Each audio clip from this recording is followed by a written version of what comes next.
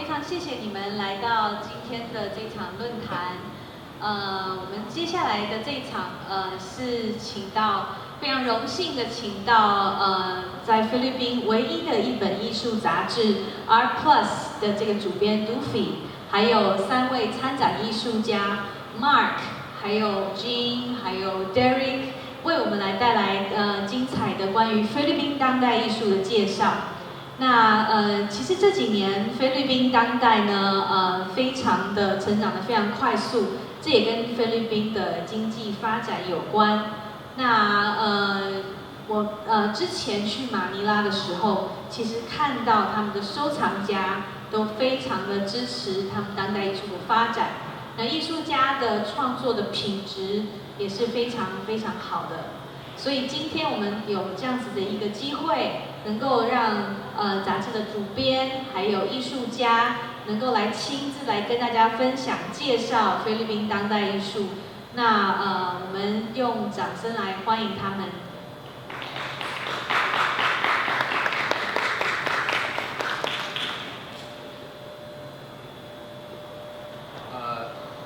Hello, thank you all for coming. And thank you for your interest in Philippine art, particularly contemporary Philippine art. Before I begin, I'd like to acknowledge the presence of Mr. Daniel De La Cruz and Mr. Cesar Jun Villalon. We're very happy that Filipino gallerists and artists are here to listen to what we have to say, however small and insignificant our thoughts may be on the topic at hand. So, my name is Duffie. I am the editor-in-chief of Art Plus magazine, a magazine of Philippine art back home in Manila. And with me are JUSTINIANI, who is well known in the Philippines for his paintings and lately his works of installation. We'll be talking about that later on. Jean Paul Martin, who is exhibiting at Silver Lens, and Derek TUMALA, who is exhibiting at Drawing Room. Stop by their booths if you have the time later today or tomorrow. So I think it's first important for me to introduce the Philippines. We are a country. The title of this talk talks about the rise of the island nation. It's true in a sense, but we are actually a group of islands, and it essentially defines the character of our art, our culture, and our history. That we are a nation, 7,100 islands. A lot of our tourism speaks of the 7,100 islands, and they're beautiful islands. But in truth, there are only 3 island groups that are important, that are inhabited. Luzon, which is over here, where the capital is located. The capital is Manila, or Metro Manila, a city of I think 20 million people, a metropolitan area of 20 million people. The Visayas group of islands, which includes Bacolod, a good center of art production in the Philippines, which is over in the center area, and Mindanao Island, a very large island in the south, where our current president-elect, Rodrigo Duterte, comes from. So, what is a Filipino? We are not a homogeneous people. The name Philippines itself comes from the Spanish, or the first colonizers of our islands. Comes from the king, Philip II.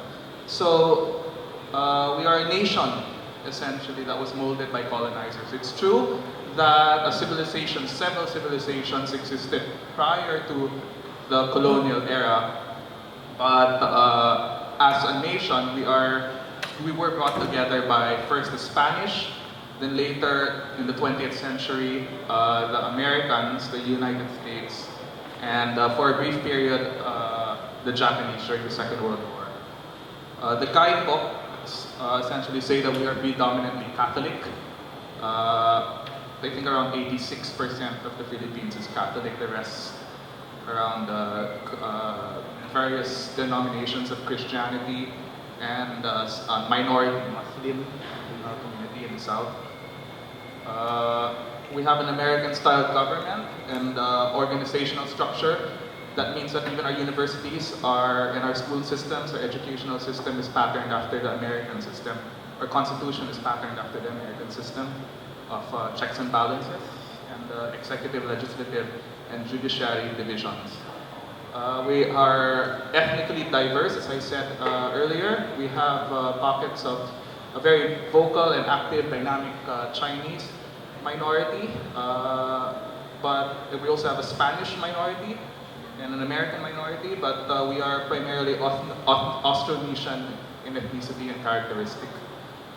And we are geographically located in Asia, so no matter what happens, we are participants of the greater Asian experience, particularly Southeast Asia. We are founder of ASEAN, the Association of Southeast Asian Nations. So, all this in mind, our culture. Before you go on, can I translate? Okay. Sorry. 等下的话，大家简单的翻译一下刚才内容。今天非常高兴各位能够参加岛国崛起这个活动的这个论坛的讨论。今天要跟各位介绍的是菲律宾他们的当代艺术的它的趋势还有它们的发展。其实我们一开始当然先跟各位介绍菲律宾。我们今天讨论的主题叫做岛国崛起。其实菲律宾总共有超过7100座不同大小的岛屿。主要的话大概有3个不同的岛屿，包括吕宋岛是它的首都所在地，后来还有另外一个是比萨萨这个岛。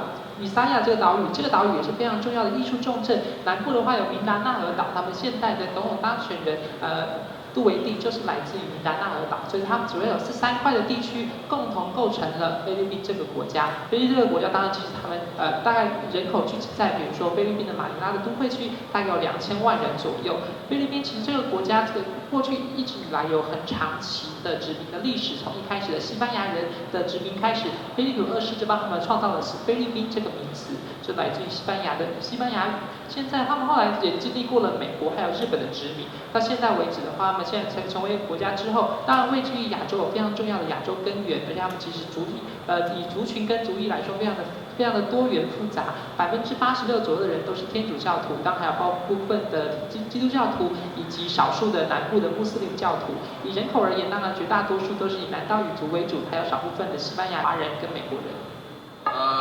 So when we talk about Philippine culture, when we talk about Philippine visual art, as a Philippine artist, even as a Philippine writer,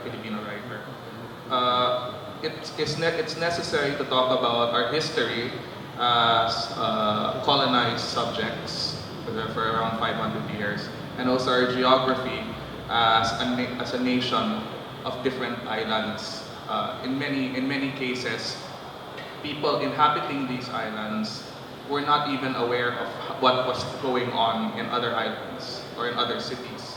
So what was happening in Manila, for instance, in many cases was filtered when people in Bacolod, south of the Philippines, or people in Mindanao finally heard of it. So essentially that informs and that influences the practice throughout history of Philippine art and Philippine artists. So artists in the Philippines they are influenced by questions of self-identity. What does it mean to be a Filipino? Our sense of nationhood, whether or not they're aware of it. And of course, outside influences around Asia and the West. America in particular, since we were a colony of America for many years, and English is an important language in the Philippines. 在我们讨论到菲律宾的当代艺术跟文化的时候，势必要引导到去讨论他们的历史，还有他们的地理环境。当然，过去有超过500年的殖民时期，所以它的殖民的影响，还有殖民的这些历史过程，也是他们非常重要的叙述主题。他们现在的国家其实不论是政治经济还有教育体制等等，都跟美国有很强烈的关系，他们也经历过很长久的数十年的美国的殖民统治，所以这种情况之下，他们也会讨论到殖民对他们的造成的影响。到目前为止，英语还是菲律宾非常重要的语言。除了殖民的议题之外，还有各个不同岛屿的风俗民情，还有岛上的住民等等，都会作为他们创作的主题。因为毕竟他们这么多的岛屿，其实有时候首都这边发生的事情，到了南部地区的时候，他们之间的资讯传递会有一些断裂，还有一些不连贯的情况。所以这些不同的岛屿还有不同地区的住民所产生的创作也是非常重要的主题，也影响了他们的艺术实践。另外一个是他们会影响他们作品的这些的内容，包括了自我认同，或者是对于国家的认同。有些人并不认同菲律宾是个国家，有些人他们有不同的想法。另外一个还有外来的影响，都是会攸关到他们在艺术创作跟实践的时候的不同元素。Thank you. You know, when we were talking about this yesterday, me, Mark, Jim, Paul, Derek, and we asked ourselves what Philippine contemporary art means in light of this. We have been using in the Philippines Western ways to describe our art because we were colonized for so long by Western powers. So we asked ourselves, what does it mean then when we transition, let's say, from a modernist view vantage point to the contemporary vantage point? What does it mean to be a contemporary artist in the Philippines? And we realized that the only way to really answer that is to look at our own past and the trajectory of Philippine visual art, which I will share with you briefly before I describe the environment of contemporary art in the Philippines today, contemporarily, and after that, the three artists here will talk about their respective practices. 我们昨天其实在讨论到，今天介绍的是菲律宾的当代艺术。那对于菲律宾而言，到底当代艺术是什么呢？当然，我们会想到的是，在过去其实数十年当中，美国殖民了很久，对他们造成了很多的影响。在这种情况之下，在后殖民的时期当中，到底菲律宾的当代艺术是什么？我们当时就觉得，如果要讨论当代艺术的时候，必须要先回顾历史，跟回顾过去的发展。因此，就要思考的是，在过去的现代的这些艺术里面，如何逐渐的转换，跟逐渐的转移到当代的意识跟当代的语汇。所以，我们今天会跟各位介绍的是，到时候会跟各位介绍的是，在这个现代转换为当代这个过程当中，有哪些艺术的发展变化。而之后，我们再邀请3位艺术家跟我们说明，他们现在在所谓的菲律宾的当代艺术当中如何创作跟实践。Forgive me if I sound really academic. I used to be a teacher, so we start with the pre-colonial period. This is before the colonized period. We were part of different kingdoms, different civilizations, and after the Spanish came, there was Spanish ecclesiastical art, meaning that all art revolved around the requirement or the goal of the Spanish to convert Filipinos, people in the islands, people in the islands, inhabitants, to Christianity. Later, as artists in the Philippines started to get wind of what was happening in Spain, they started emulating it, but using local flair. This is the Spanish studio. That is a work by Damian Domingo, and he's put up the first studio of art that was not ecclesiastical in nature, meaning not church in nature, in the 1700s, 18th century. Afterwards, Filipino artists started going to Spain itself, into Europe, and they started joining Spanish academies in particular, and this is where we come to Juan Luna and Felix Resurrection Hidalgo, 19th century Philippine art, the Spanish Academy, in the late 19th century, like around 1870s. 我们先回顾历史的话，其实当然菲律宾过去在殖民之前有他们自己的本地的文化跟艺术创作，如各位现在看到投影片上面的左上角。后来进入到了西班牙的殖民时期的时候，当然一开始他们有很多来自于西方的影响跟创作。到了右上角这个时期的时候，他们当时是希望通过艺术的方式，让菲律宾的人民能够逐渐的改信天主教跟基督教，所以这个时候的艺术创作有非常浓烈的宗教色彩。到了右下角的时候，这个时候有很多的菲律宾艺术家开始去模仿西班牙或者是欧式的这些作品跟创作。这个比如说右下角这个是Damian Domingo， 他是在18世纪的时候创作他的工作室之后，去学习了很多欧式的这些艺术风格跟艺术的技法。到了19世纪的时候，其实有很多的菲律宾艺术家会前往欧洲学习。Then of course the 20th century comes and we have the Americans. They came about and they brought their own notion of academy, mostly neoclassical. Isabella Tampinco was a sculptor who did a lot of the sculptures in the colonial buildings of the time. Then there was a big, later on after the war, there was a big break between what we call the conservatives, who put up the first local academies of fine art in the Philippines, which was the first was I think the University of the Philippines, College of Fine Arts, and Fernando Amorsolo, this guy was the first dean. He also happens to be the first national artist of the Philippines. But there was a break from that, and the break happened from a group of artists who styled themselves as the modernists. This is an example of someone who is part of the mid-modernist period, Ang Kyuko, who is also a national artist. So, as you can see, there is a trend to develop what is essentially Filipino, questions of our identity were examined during this period.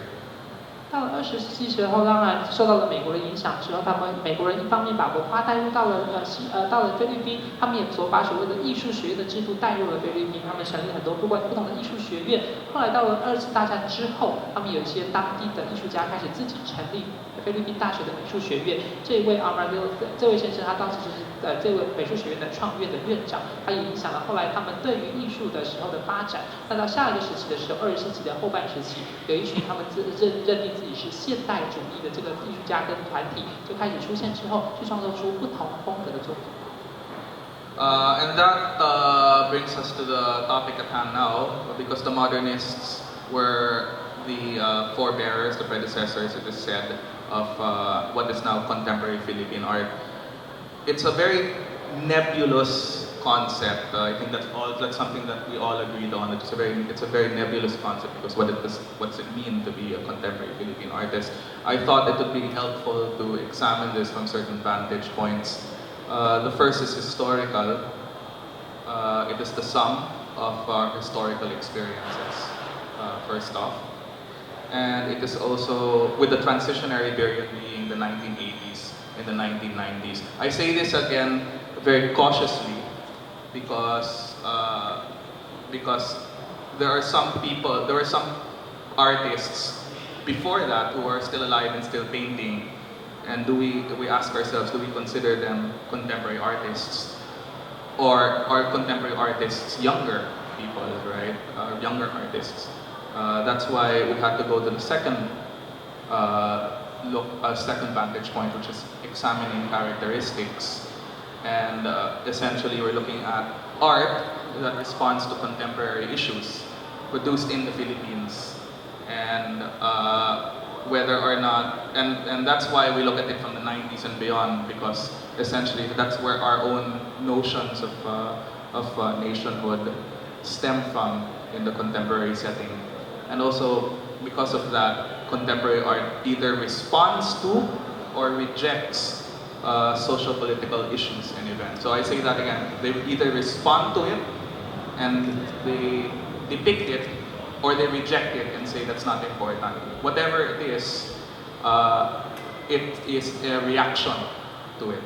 Last is also technological, because we think that contemporary art responds to things like technology, in the Philippines, from painting, there are artists who are working right now in installation, in video art. Derek TUMALA does a lot of installation. JUSTINIANI does a lot of installation.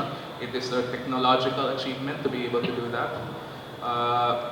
It is influenced by mass media because we have a very, very active press. Some would say it's rambunctious. And of course, new media is also coming about. Social media particularly is pushing the discourse of what is contemporary in the Philippines. 当然，我们现在在讨论到菲律宾当代艺术的时候，刚才其实回顾了这么多的过程里面，他其实都在思考的是很多人透过艺术的形式在思考，到底说身为菲律宾人他们的自我认同是什么？而从现代转换到当代之后，到底这个所谓的当代的艺术家或这些当代的艺术跟过去有什么样的不同？他们认为其实有些不同的层面，从这个投影在菲律宾上面，一方面可能是包括历史的层面，他们是希望能够去总结之前的历史的经验，而且他们认为这个所谓的当代艺术家区分的时间是在80年代或90年代之后。不过在这个部分呢，还是要用非常保守的态度来说明这件事情，因为当然我不能够完全用年份直接把它切断，或者直接把它断裂说，那比如说也许之前一些的这些还在世的作家，他们也许有一些不同的特质，是不是还是可以作为当代艺术家呢？所以因此除了历史的层面之外，下一个要讨论的是他们作品的特色。一方面是他们要回应的是当代的问题、当代的议题。他们对于这些当代的社会政治的议题，有一些人是采取回应的态度，也有一些人采取是拒绝的态度。他们认为这些当代议题完全不重要，但是不论是回应或者是拒绝，这两种态度都会反映在所谓的菲律宾的当代艺术家当中。所以这个也是他们在作品的特色。最后一点是在科技层面，因为毕竟在现在这么多的科技影响之下，科技发展、科技的变迁都会影响到艺术的创作。比如说现在很多作品，他们可能是录像艺术，可能是装置艺术等等，这些都是在科技的影响之下才能够造就而完成的。另外一方面是大众媒体，菲律宾大众媒体非常的蓬勃发展，也有些人认为可能已经超载了，但是这些大众媒体也影响到了这些当代艺术。最后一个影响是来自于新媒体，新媒体也影响了所谓现在菲律宾当代艺术的发展。I'm almost done, I swear. Let me give you a broad idea of what the production cycle in the Philippines is, the production environment. Educational, we have the Fine Arts School, and these are good examples. Actually, I think most of them really produce 70%, 80% of active artists today.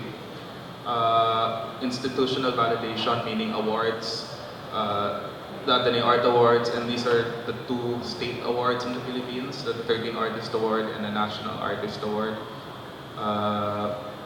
And of course, journalism and criticism, newspapers, particularly the Monday editions and magazines such as my own. 这边要介绍的是菲律宾当代艺术他们现在的产制体系。以产制体系而言，他们其实70%到80%的这些艺术家都来自于学院派，所以这些美术学院变得非常重要。另外一方面，另外一个架构是这些机构的认可或机构的奖励跟肯定，这些的国家级的奖项就变得非常重要。另外一方面，他们还有比如说报纸或者是杂志上面都会有跟艺术相关的评论跟报道。And of course, social media. Sorry, Facebook. And markets and audiences, there are commercial galleries. I think in Southeast Asia we have a very dynamic gallery scene for art market. These are examples. Silver Lens and Drawing Room are here. Auction houses are also very, very, very active in the Philippines, particularly for local works. And they're very competitive with each other.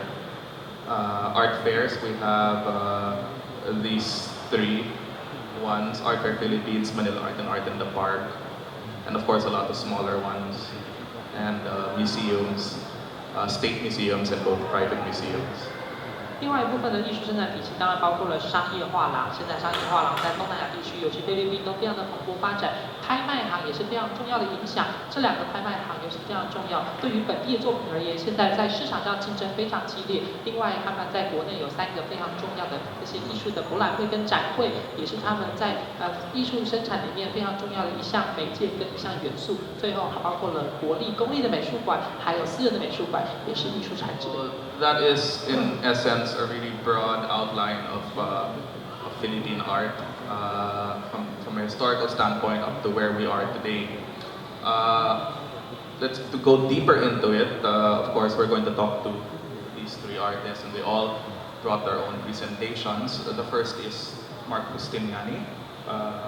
And the question I posed to him was, because he is known as a painter, particularly of a specific a movement in the 80s to 90s, called social realism. So he's a painter, but now he does a lot of installation work. If you look at his exhibit here, it is this infinity series of, and it looks at mirrors, and it's a very good technological achievement.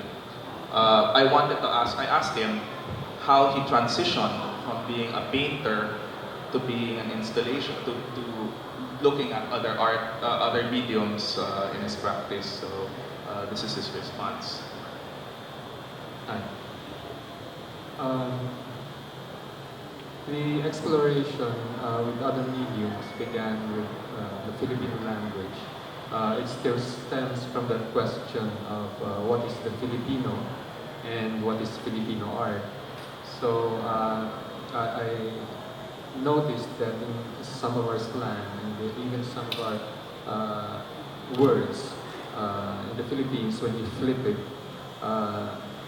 it says the opposite. So that made me become interested with ambigrams and palindromes and things that we could flip. And I started using words and images and placed mirrors beside the words. So this is the first piece that I did where I used mirrors. It was the time of President Ramos's reign in 1994. We were the generation that were born during Marcos's time. And Marcos stayed in power for 20 years. We were 20 years old when the EDSA revolution happened. And there was a time when President Ramos also projected himself as a strong man. So on the left side of the work, you can read the word Marcos. You know, if you read it that way, it says Marcos. And if you place a mirror, like the one that I did, the reflection says Ramos. So these are names of two presidents. And the word lakas means strong. And in the reflection, the word sakal means to strangle.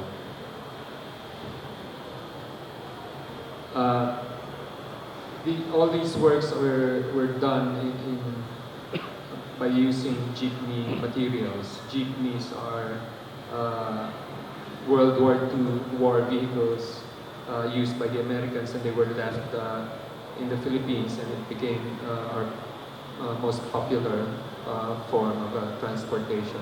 So the jeepneys have all these words and texts, and I used to have a lot of works that were based on the Philippine jeepneys, and that's where I used also a lot of word puns and began using mirrors.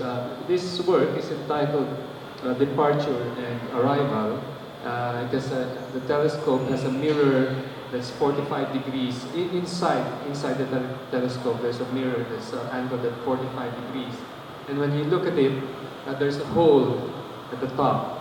And when you look at it, you see the top part. And at the ceiling, there's another mirror that's placed at 45 degrees. And the reflection bounces to another mirror, which is at 45 degrees, and hits that other mirror, which is also at 45 degrees. And when you look at the telescope, you see yourself. You see the backside of yourself. 好，我们刚才其实已经很简单介绍了菲律宾的历史艺术的概况，接下来就要请问到个别的艺术家他们的艺术创作过程跟历史。那接下来的时候，我们第一位艺术家，他其实一开始过去的时候是以绘画闻名跟见长。但后来他到了近几年开始的时候，会从事很多不同的装置艺术。如果各位到这一次的他们的展位当中去看展出的作品的话，其实主要都是以装置艺术为主，然后很多其实是像是玻璃镜像的这种效果，都是因为科技所造成的结果。所以他接下来就请他们介绍一下，他在过去这些年当中如何逐渐的从绘画一步步的转向到装置艺术的发展。他说，其实在这个过程当中，他思考的是菲律宾的语言，因为人们不断在菲律宾思考，到底什么样的人是菲律宾人，到底什么样的艺术是菲律宾的艺术。他就觉得这个语言的过程非常的特别，因此他就使用了很多的文字跟他的图像。他使用图像之后，再透过玻璃的方式去呈现出镜像，让我们去了解一下镜像跟图像之间的对照跟对比之间产生哪些不同的差别。比如说，其实在菲律宾独立之后，马可仕他执政了大概20年的时间，这个马可仕是位强人总统。到了第二任总统的时候，拉莫斯其实在1994年上台之后，还是一位强人总统，所以他刚才在前面那个作品里面 ，Can we go back to the first one？ 好的 photos，the first yes。所以在这个图片当中，比如说在左侧的这个图像呢，如果各位把它倒过来，把它顺着这个语言念过去的话，这个就是马可仕的他的姓氏。但如果各位看右侧的镜像的话，把这个镜像对应过去之后，右边就是拉莫仕，也就是第二任总统的名字。换言之，他们在强调的是，即便这两个总统他们有更迭的朝代之后，但其实他们还是一样都是强人总统。而上面这个拉卡斯在菲律宾的意思就是强大的意思，可是到了右边这个萨卡这个字呢，在菲律宾语的意思就是反而就是，比如说把你勒毙的意思。所以等于说，在强人的这个统治之下，他们其实受到了很多的钳制。到了 next one， 到下一个的话，其实会在美国的2次大战的时候，遗留下来很多的他们的车辆跟很多的交通工具。这交通工具上面有很多各种不同的文字还有图像。他们后来就慢慢，他就使用了很多类似的图像之后，把它投射在他的作品里面，作为他们当时作品的一部分去回溯过去美国曾经经历的历史。到了下一个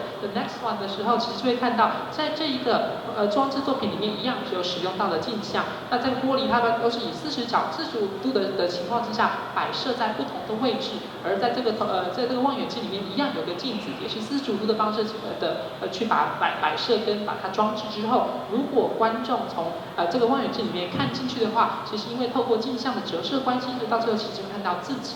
换言之，他们希望透过这种不同的方式，我们在看的时候，观看的同时，其实在观看的是自己。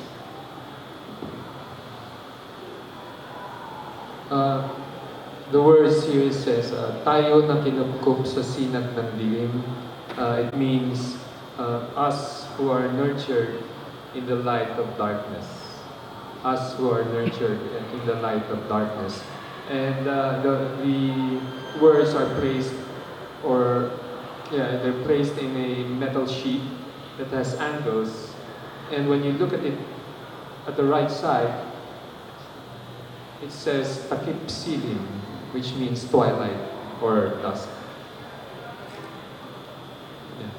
另外这个作品，他们的这个作品其实是一个锡箔纸，把它展开之后，这句话其实是说我们的艺术或生活是存在或者是透过黑暗之光所培养的。但如果你把它折起来之后的 next one， 就会看到它其实这句话还是要告诉你的是，这个字，把它组合起来之后就是目光或者是晨曦。This work was done in 2013. It's entitled Pillars. It's about the edifices that we build. They are constructions, and they're made out of mirrors, lights, and objects. Most of it is actually illusion. So when we think about foundations, or bases, or pillars, they're supposed to be the strongest, the sturdiest part of any building or constructions. They're the most solid also. So in this particular piece, the work actually stands on a mirror, and it stands on an illusion. So it makes us think about structures that we build around ideas like God, or ideas like theories in science, or ideas about art, the material things that we build out of something that is not there.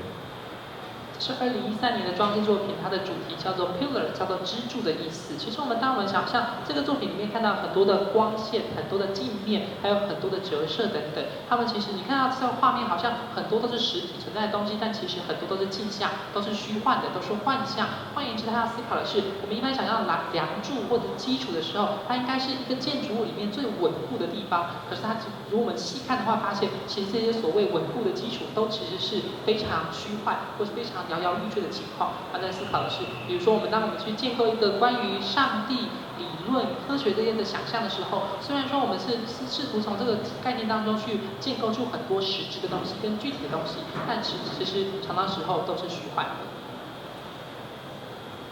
So at this point, we'll just show the other images, and we will move on to Jean Paul and then.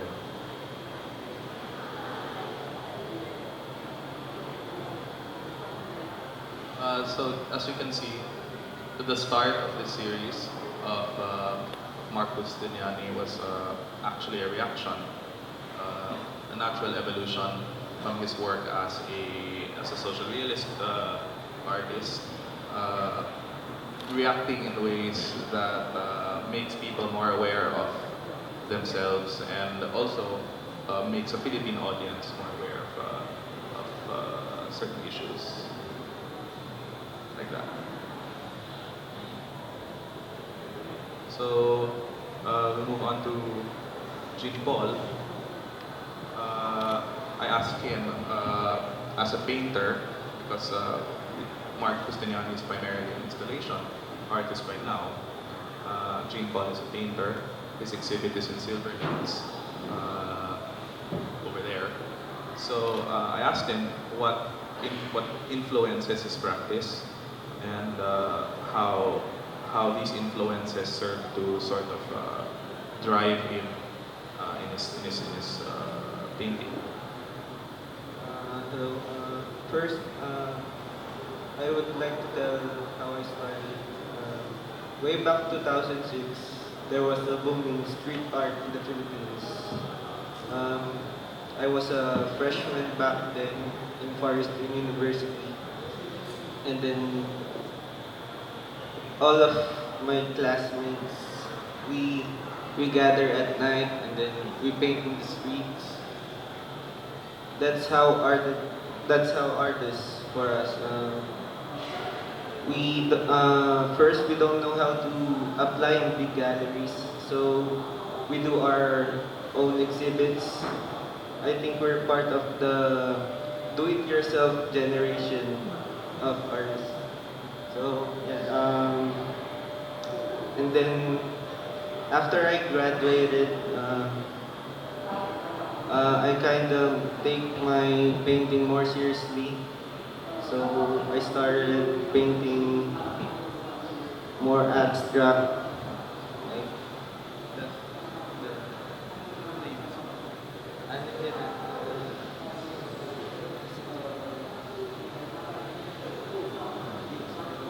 Wait, I'm just.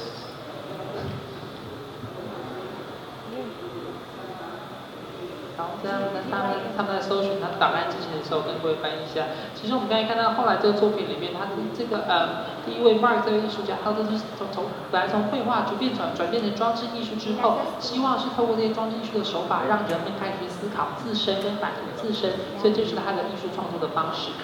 这刚才第一位的艺术家，他其实是从从画家慢慢一步一步的转型到了装置艺术家，而到了另外我们现在接下来的第二位的艺术家Jean Paul，他其实本身就是画家，所以他的作品这个展场的作品当中就会去呈现他很多不同的绘画。Jean Paul其实他说他刚才提到是在2006年的时候，他的当时菲律宾的街头艺术非常的风行，而他当时是大学1年级的学生，在远东大学就读。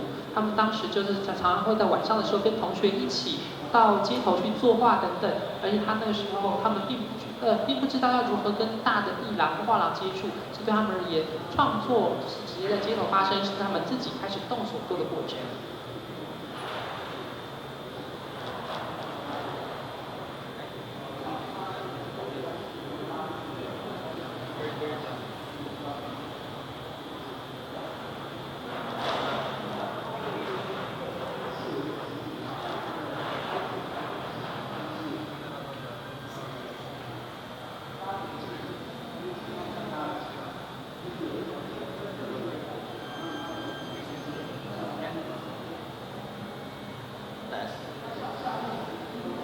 I'll talk about my recent works now. Approaching painting is like having a conversation for me. I think it's always problem solving for me. What images to put in the canvas, what color. So it's very problematic and stressful making those paintings.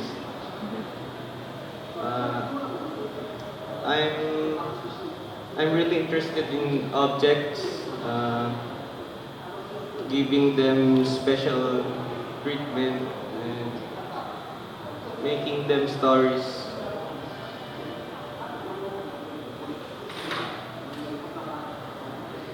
As you can see,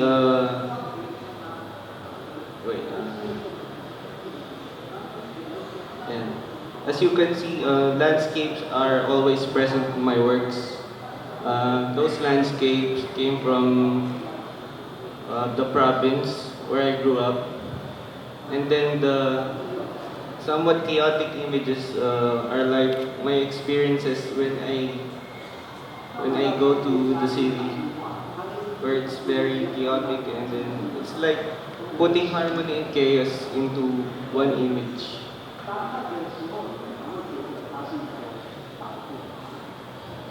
他后来毕业之后开始认真去思考如何绘画跟创作的过程。他在思考的是到底如何把他的不同的想法、不同的物件融入到绘画创作当中。因为对他而言，他觉得绘画就像是对话的过程，他同时试图去找寻自己的答案。但是这也是很非常痛苦的过程，因为他去思考的是如何取舍，哪些的物件应该要出现在画作当中，哪些物件应该不存在。在很多作品里面，各位看到在背景上面有很多很漂亮的风景，这些都是他当时过去从小在乡间的时候成长的过程。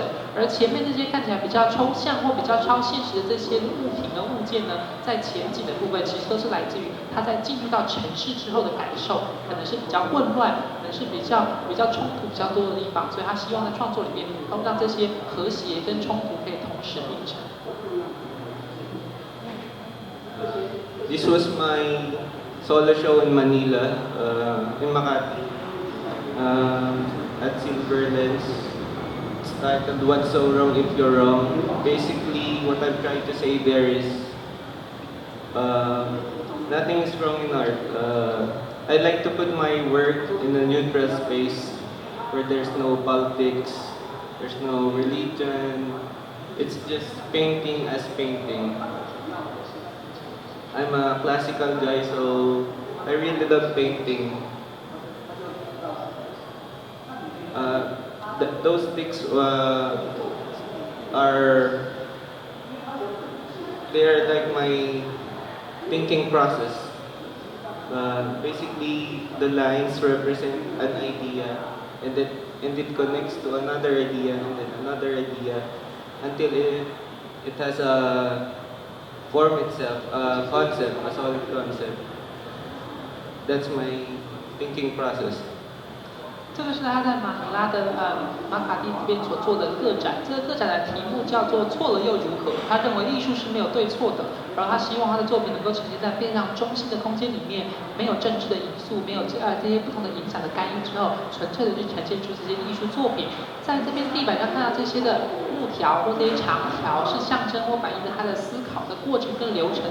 他认为每一个不同的想法都是一条布条，那每个布条里面会跟不同的想法互相的交集、互相的交错之后，透过这种经纬万端的过程，最后呈现出一个构面之后，呈现出他所要呈现的概念。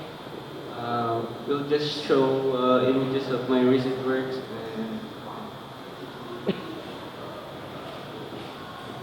I think Jean Paul has an interesting dynamics between order and chaos. When we were talking about this yesterday, we were talking about the differences in the Philippines between an urban environment and a rural environment, and whether this interplay affects an artist's practice. In this case, I think for Jean Paul, who grew up in the provinces. He did not grow up in Manila. He grew up in the provinces, but he went to Manila for school to join university. Same with Mark, actually. Mark did not grow up in Manila. He grew up in Bacolod, in Negros, in the island of Negros. When artists then move to Manila, they are confronted with a sort of a chaotic atmosphere of a large megapolis. So this interplay is very apparent in their work and in their practices as they move along in their careers. 我觉得今后的作品其实非常具体而为的去呈现出了这些菲律宾当代艺术家他们在创作的时候，常常会让和谐跟冲突并存的情况发生，这些矛盾的情况不时的出现。因为很多的像我们刚才介绍这两位的艺术家，其实他们都不是在首都，也就是不是在马尼拉成长，他们是在乡间成长之后，然后后来因为求学或者工作关系才移居到了都市或大都会。他们进入到大都会之后，都会有一些不同的文化冲击跟文化影响，所以他们在思考的是，很多当代艺术家其实都会受到这个马尼拉贫富之间或者是城乡之间的差距，还有这种不同的落差而产生在他们的作品当中。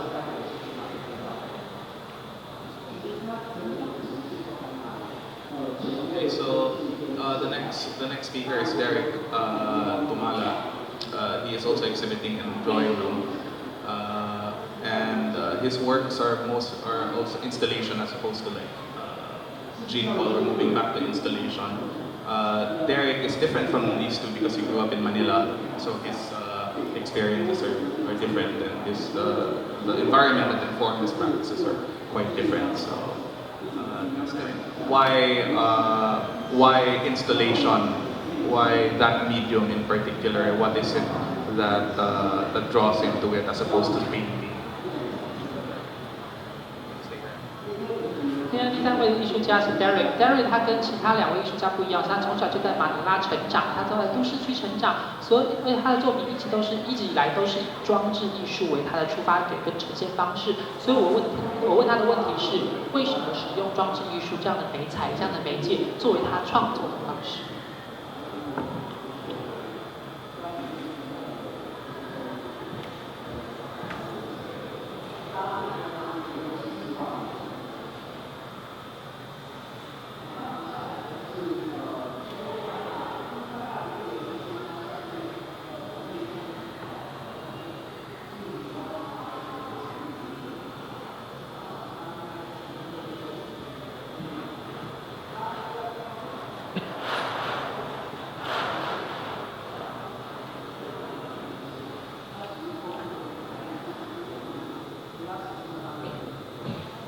？Hi, hello.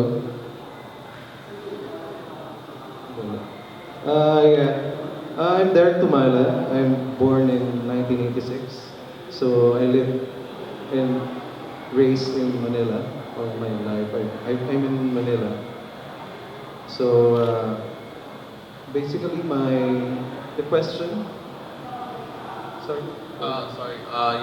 Why installation? Why that particular aspect of your practice? What draws you to it as opposed to other media, other forms? I graduated from Fine Arts in 2006, and as usually what other art school in Manila do, we are classically trained. So we do paintings. We are trained to do traditional medium, and so I think after I graduated,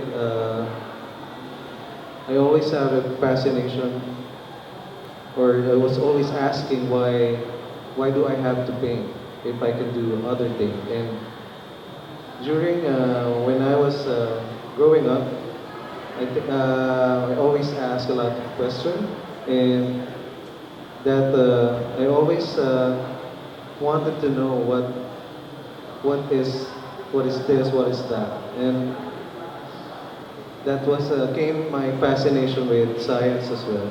And after a few years of doing paintings, I I was thinking, what if I do other things, other medium, and explore?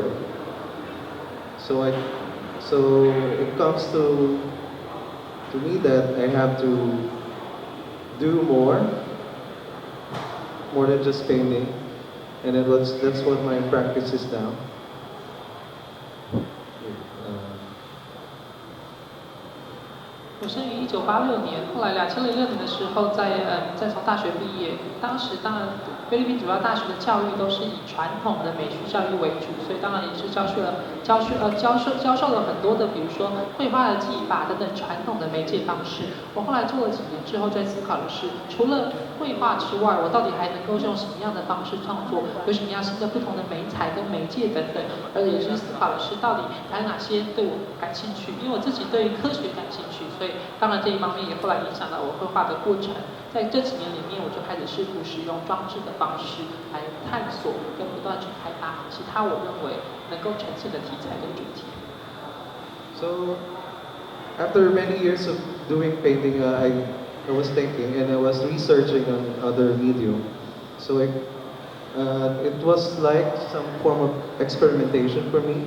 So with my fascination with science and my research, I do always research or ask the basic question like why do we breathe, or why do we see color, and how this material works, or so when I was doing painting, I was asking myself, well, how do paint works, instead of what should I paint, or it's always why or how.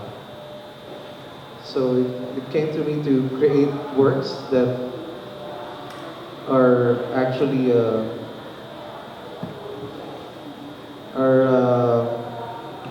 created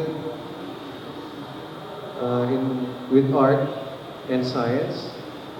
Actually, these kind of works are already emerging in other parts of the world, and maybe I can cite some influence like Olafur Elizondo and James Turrell, who works with light and science. So their work is not about identity or about who they are. It's more of how the audience respond to it. So it's more like a sensory experience.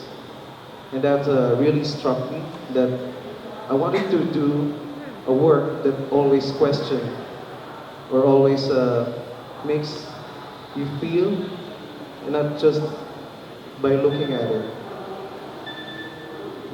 I'll just 他在创作的过程的时候，也不断的思考到底绘画的功能是什么，绘画如何发挥它应有的功能，跟要发挥什么样的功能。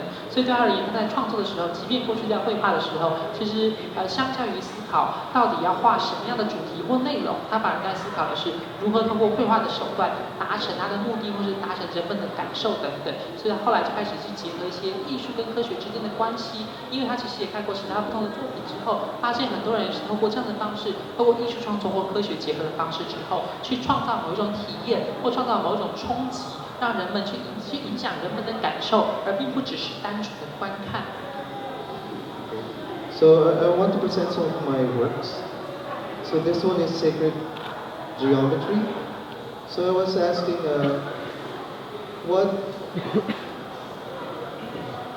how do we see, where does shapes come from? So it's where do we say that it's a shape, something like that? And then I read about sacred geometry, and it's how nature creates shapes, and then that's what what modern culture now is referring to. So it's more like, then I create an installation. This was in Art Fair Philippines in Manila. So this is also an exploration of technology, and then the thought of sacred geometry. So this is how I created shapes from obscure objects like rocks and water. So this one is intermediate between light or video as form of light and sculpture. So it's something, a relationship of intangible and the tangible object.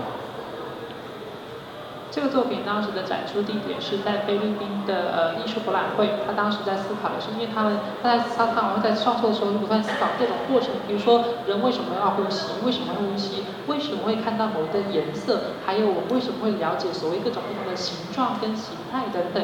所以这本作品主要叫做神圣几何。神圣几何是一个数学的概念，有一个这个几何图形的概念。他希望通过这样的方式之后，让人们了解到这个形状形塑的过程跟成型的过程。因此，他在这个作品里面，除了这个装置之外，它其实还有很多的录像的投影，还有很多各种不同的物质，比如说水等等。希望在这个不同的媒介的交错跟互相影响的过程里面，去让人们想起跟思考这个形貌构成的过程。So another work, most of my work deals with light and how the material reacts with light. So this one is a mirror. So I made mirror sculpture. And the exhibition area was outdoor. So it's called polyflora, or how shapes from the park or some of the plants. So I created those shapes. This is actually after I did sacred geometry.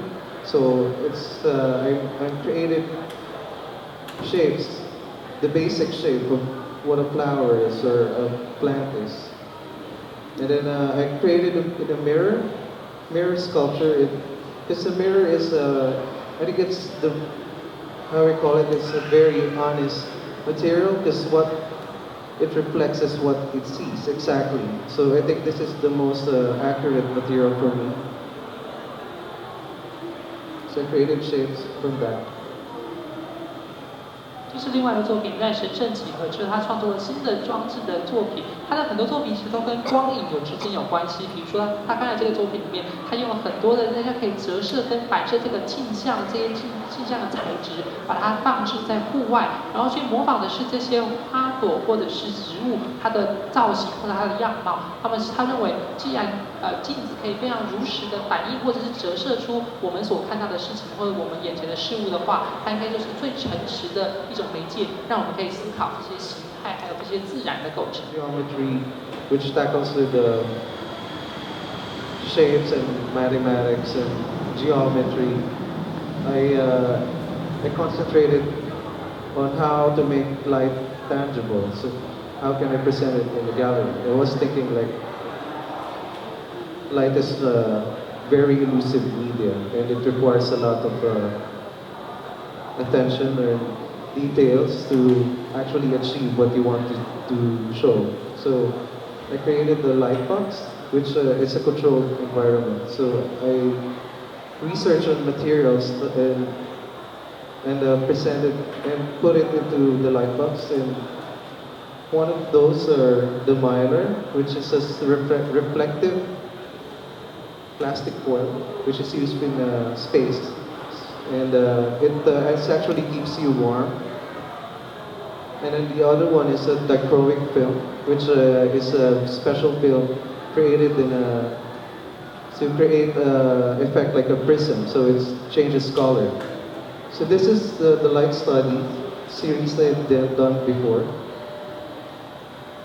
which is create the refraction of the reflection of the mylar that creates some type of topography or texture. So it's cultural in nature as well. The material is inside, and it's what's happening with its reaction with light is the exact visual representation of that reaction. 他做完神圣几何这个作品之后，他其实在思考的是我们刚才提到的数学，有几何，还有各种不同的光影。那这个光影因为在户外的话，它其实非常的细致，非常的微妙。然后我们在看到不同的光影的时候，有不同的感想，有不同的画面等等。可是这样的光影要如何在艺廊里面呈现？所以他接下来做了一连串的实验过程。比如说，在这一个灯光箱当中，在里面放了很多的塑胶的材料，这塑胶材料基本上有吸热跟保温的作用。同时，它在外面再附上一层薄膜，让各位看到的时候，它并不只是塑胶物质材质的本身而已，而是通过这个薄膜之后，让各位看到的是好像这个塑胶形成了一种雕塑的感觉。通过光影的变化之后，它这些的材质还有它的触感就变得更加的具象，更加的有形，而不只是我们看到的光线而已。And then my work in the drawing room booth is wait, I don't have a photo here. So here, this one is what's in the art fair now. It's called Appetite for Wonder. So I always ask, I want the audience to ask what's inside. They always ask what's the material. So I always get that question. So this is what I created. I call it like a cosmic topography, which is actually based from what I am reading now, which is a book called Unweaving the Rainbow by Richard Dawkins, where he questioned that what if Newton is diminished the poetry of science, in which he diminished the color into primary colors, wherein it's actually a spectrum of color. So this is the work that I've done. The colored ones are the dichroic film, the effect of into the light, and the gold one and the black and white are the Mylar, which is reflecting. 这个是他这次在博览会里面展间里面所呈现的作品。这个作品里面，他其实因为在每次展出的时候，很多人问他到底这个是什么材质，到底这个是什么样的内容。他其实希望大家能够回归到原本的光影，还有原本这些折射出来的画面。这次这些作品其实都跟他正在阅读的书有关系。这个作品，这本书里面在描述的是宇宙的样貌，还有宇宙的的效果。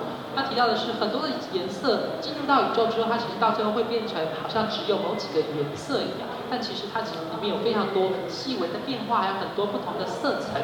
他希望在透过这样的方式之后，让人们看到这些颜色还有不同的光影。所以他透过不同的光线的颜色，还有不同的材质，透过吸收，它会吸收特定的光线，还有或者折射特定的光线之后，呈现出非常绚烂斑斓的模样。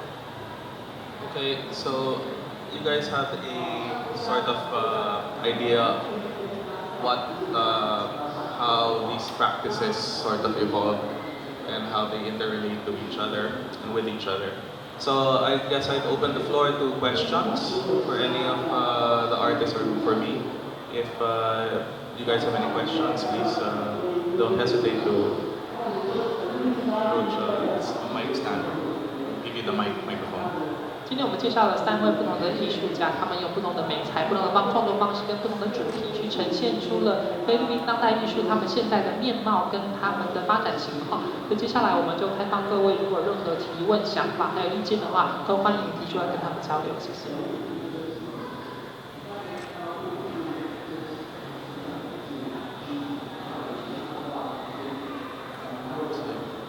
It's just like Manila. No question.